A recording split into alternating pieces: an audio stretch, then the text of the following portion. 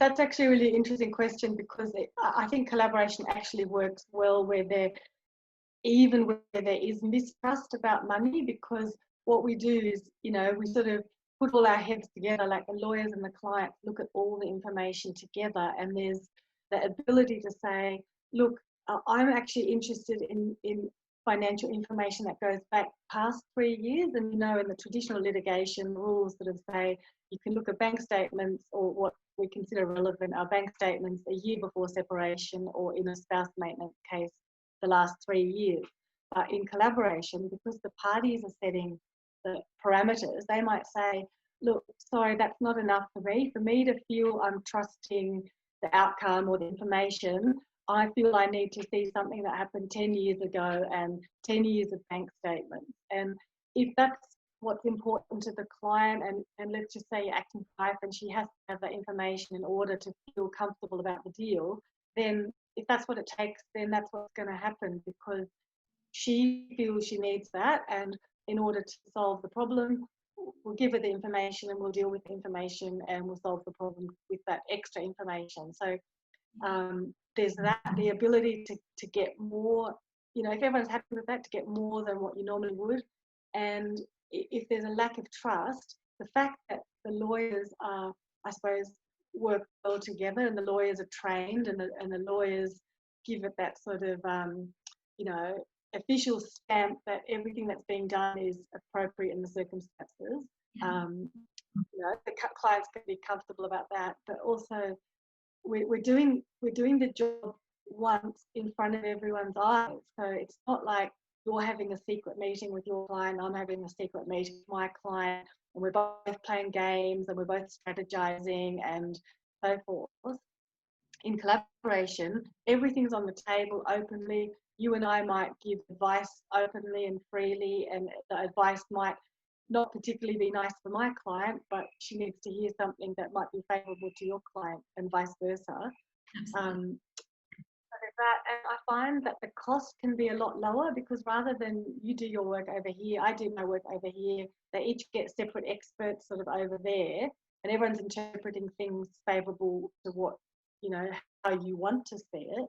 In the collaboration, you say, okay, if there's a question about this valuation, let's just bring the valuer right now in front of everyone. We'll all hear what they have to say, and we'll all deal with that information and, take the next step. So there's a lot of transparency that you get, and that can be extremely gratifying to a lot of people. Yeah.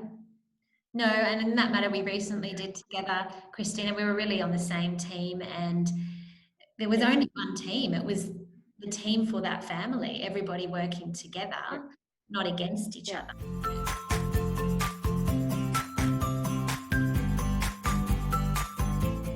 Extremely positive, and I always tend to ask them, would you refer your friends to this process? Like, forget me, it doesn't have to be me, but how did you feel the process went? And they're almost all extremely enthusiastic about it. And I've had clients send their friends or their new girlfriends. They've recommended the process for that girlfriend to sort out her ex and so on. So people are really keen to share the process with people that they care about, because they can see at the end of the day they didn't end up completely at war with their spouse and having to sit on the other side of the school assembly room because they just dislike each other so much. And so it's preserved a lot of relationships. And I've got I did a matter about 10 years ago, and the husband had repartnered, and the wife started out extremely upset and very resentful